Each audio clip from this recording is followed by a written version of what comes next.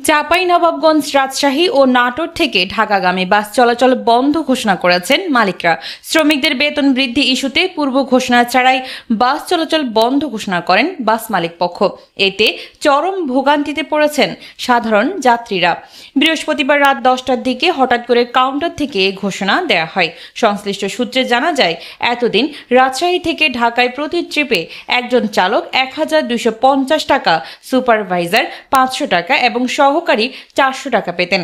সম্প্রতি শ্রমিকরা বেতন বৃদ্ধির দাবি তুলে কয়েক দফায় বাস চলাচল বন্ধ হয়। এই পরিস্থিতি নিরসনে গত 23 সেপ্টেম্বর ঢাকায় শ্রমিক পক্ষ ও মালিক পক্ষ বৈঠক করে।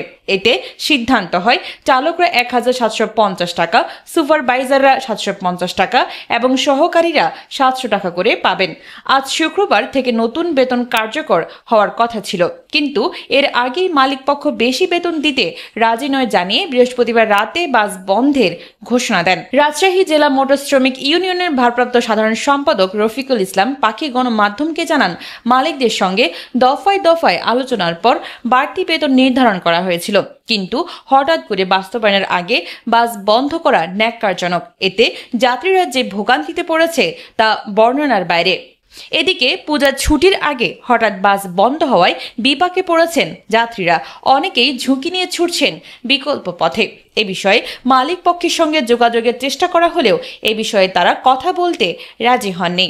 Desk report, Chapai journal, Chapainawabganj.